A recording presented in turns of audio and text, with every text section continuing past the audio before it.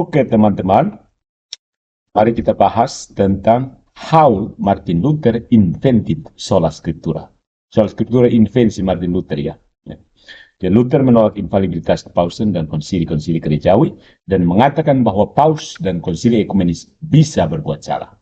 Sola scriptura ini dimulai ketika Romo Martin Luther memutuskan untuk menyangkal infalibilitas gereja, konsili ekumenis dan paus, yaitu mengklaim bahwa mereka bisa berbuat salah sehingga meninggalkan Alkitab sebagai satu-satunya aturan iman yang sempurna.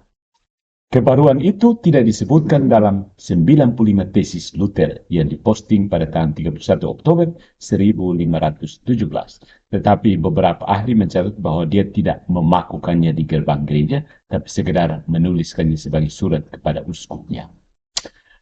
Penulis biografi Luther Protestan, Roland Bainton, dalam bukunya Here I Stand, menyatakan bahwa pada tahun 1518, Luther telah lebih lanjut menyatakan paus dan konsili mampu melakukan kesalahan.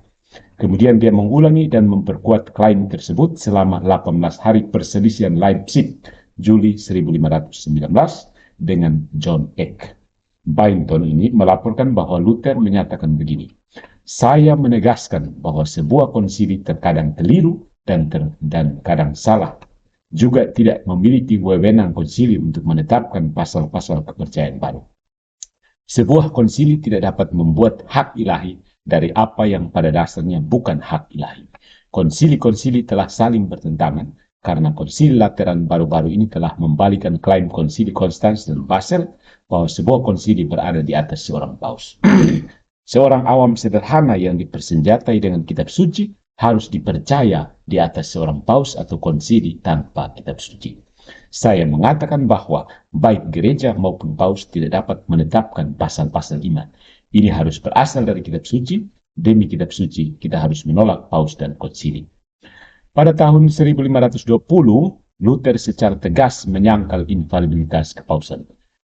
Tulisnya, "Mereka bermain-main dengan kata-kata di depan mata kita, mencoba meyakinkan kita bahwa paus tidak dapat berbuat salah dalam masalah iman, terlepas dari apakah dia benar atau jahat." Bahkan lebih radikal lagi, dia menulis, "Jika kita semua adalah imam, mengapa kita hendaknya tidak juga memiliki kuasa untuk menguji dan menilai apa yang benar atau salah dalam masalah iman? Dan paus, uskup, kanon, dan biarawan, Allah tidak menetapkan jabatan-jabatan ini.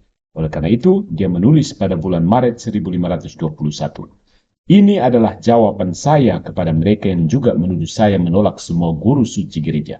Saya tidak menolak mereka, tetapi setiap orang sungguh tahu bahwa kadang-kadang mereka telah berbuat salah, seperti yang akan dilakukan manusia. Oleh karena itu, saya siap untuk mempercayai mereka hanya ketika mereka memberi saya bukti untuk pendapat mereka dari kitab suci yang tidak pernah salah."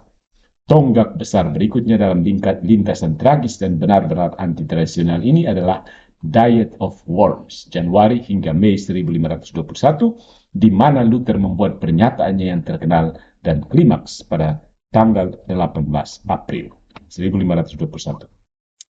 "Kecuali saya diyakinkan oleh kesaksian kitab suci atau dengan alasan yang jelas, karena saya tidak percaya baik pada paus atau dalam konsili saja, karena diketahui bahwa mereka sering keliru dan bertentangan dengan diri mereka sendiri, saya terikat oleh kitab suci yang telah saya kutip dan hati nurani saya tertawan oleh firman Tuhan. Saya tidak dapat dan tidak akan menarik kembali apapun karena tidak aman atau benar untuk melawan hati nurani. Semoga Tuhan membantu saya. Amin." Ini adalah penolakan terhadap aturan iman tradisional yang diajarkan dalam kitab suci, yang dipegang oleh para bapak gereja dan oleh seluruh gereja sampai Luther memutuskan bahwa dia tahu lebih baik daripada semua sejarah gereja Katolik sebelumnya. Dengan menolak infalibilitas kepausan, konsili, dan gerejawi dan mengatakan bahwa para paus dan konsili ekumenis dan gereja dapat berbuat salah, Luther menetapkan definisi standar sola scriptura. Tidak ada yang infalibel kecuali kitab suci, dan itu sendiri berfungsi sebagai aturan iman dalam agama Kristen. Itu namanya formal sufficiency. Ya. Para kritikus gereja Katolik sering berpendapat bahwa magisterium gereja Katolik tidak mengklaim bahwa Paus itu infalibel sampai abad ke-19. Itu tidak benar. Misalnya, Paus Clemens ke-6 telah menulis pada tahun 1351. Ketika keraguan muncul mengenai iman Katolik, Paus Roma sendiri mampu mengakhiri dengan keputusan otentik yang harus dipatuhi tanpa dapat diganggu-gugat. Dan apa yang dia sendiri tentukan sebagai benar, berdasarkan kunci-kunci yang diserahkan kepadanya oleh Kristus adalah benar dan Katolik, dan apa yang dia tentukan salah dan sesat harus dianggap demikian. Dan Dekret Offici Suci tahun 1690 pada masa pemerintahan Paus Alexander ke-8, 1689 sampai 1691 berjudul Kesalahan-kesalahan Jansenis mengutuk kesalahan berikut.